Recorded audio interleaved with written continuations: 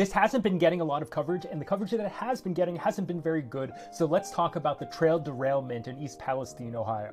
East Palestine's about an hour north of Pittsburgh, almost halfway to Cleveland. Norfolk Southern has a rail line that goes right through town, and this derailment happened right on the edge outside of town on the border of PA and Ohio. Of the cars that crashed, 5 of them contained vinyl chloride. It's a monomer used to make PVC. The reporting on this has gotten vinyl chloride confused with polyvinyl chloride, the polymer made out of vinyl chloride. Now, the reason that this distinction is really important is vinyl chloride is very hazardous and very flammable. Polyvinyl chloride is a plastic that's used in like everything. The other thing about vinyl chloride is that it boils at 8 degrees Fahrenheit, so it's shipped in its liquid form. Meaning that when these trains crashed and these started leaking, they weren't just leaking liquid, but they were spewing boiling gas. So vinyl chloride is really toxic. OSHA has the permissible limit of how much you can be exposed to it during an 8-hour shift as a 1 ppm part per million, average over 8 hours. So prior to this, the biggest spill of this chemical was in New Jersey, where 1 train car and about 23,000 gallons of vinyl chloride were spilled, but it didn't catch on fire. Now, this crash in Ohio has 5 train cars. These kinds of tanker cars can carry between 25 and 33,000 gallons. Let's call it 250 to 250,000 pounds of vinyl chloride. That's per train car, 5 train cars. There's maybe 1 million pounds of this toxic chemical spilling into the ground and also boiling off into the air. But then it caught on fire. I think this is where the reporting is really bad because no one is mentioning what the byproduct of vinyl chloride burning is. Of the many byproducts of burning vinyl chloride, one of them is hydrogen chloride. Hydrogen chloride is really unstable and latches onto water, like just water vapor in the atmosphere, and that turns into hydrochloric acid. So right now, government officials from the railroad, both the governor of Pennsylvania and Ohio are calling burning off the 1 million pounds of this stuff a success, but not mentioning that it means that we have hundreds of thousands of pounds of acid in the air, potentially. Now, ever since engineering school, I've studied a lot of industrial accidents. I just find it really fascinating, and organizations like the Chemical Safety Board, NTSB, and OSHA all have like really good reports available to the public. I think as a designer, it's really good to learn about mistakes. When looking at these kinds of industrial disasters across time, there are a couple things that are pretty universal across all of them. 1, the responsible party, in this case, Norfolk Southern Railway, always plays down the reality of the situation. Politicians also just repeat the same lines, and then news outlets just repeat the same. So all we're hearing is the responsible party's word.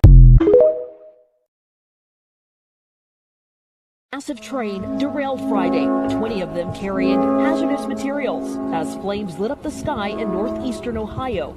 The evacuation order is in place for anyone within a mile radius of the crash site. These aren't storm clouds.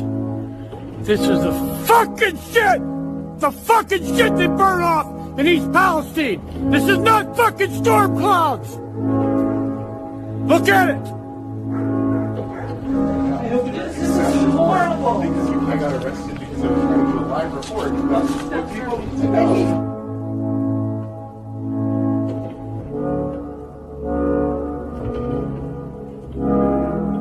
Officials are claiming that the air and water are safe.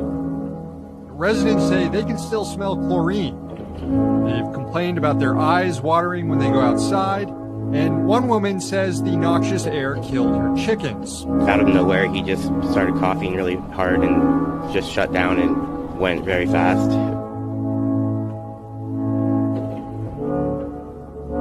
Look at all these fucking crows. I'm not kidding. This is within 10 miles of East Palestine.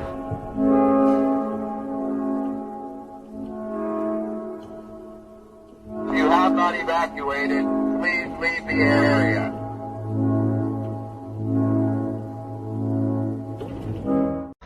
I am currently in Negley, Ohio. I'm at the corner of By Road and US 170 North. This is the bridge that goes over top of Leslie Run. This is their filter barrier that they have currently.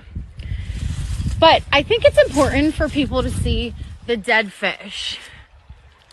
I'm gonna walk under the bridge here above and show you.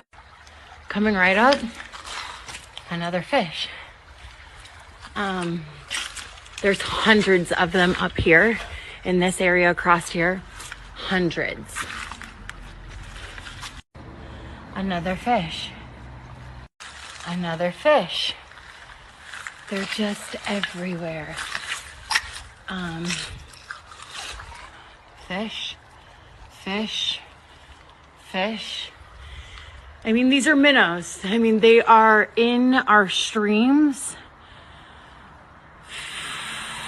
Fish, fish, fish, fish.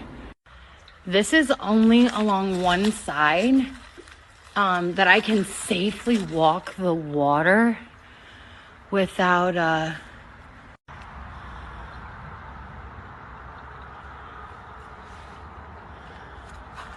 Now I came out on the other side of this bridge. I just walked you through underneath it. Those are your barriers, sand barrier they have. Here's more. Just hanging out. There's one out in the water, but you can see there's just fish dead, hanging out everywhere. Now this is the top side of their barrier. Leslie, run, people. Leslie, run.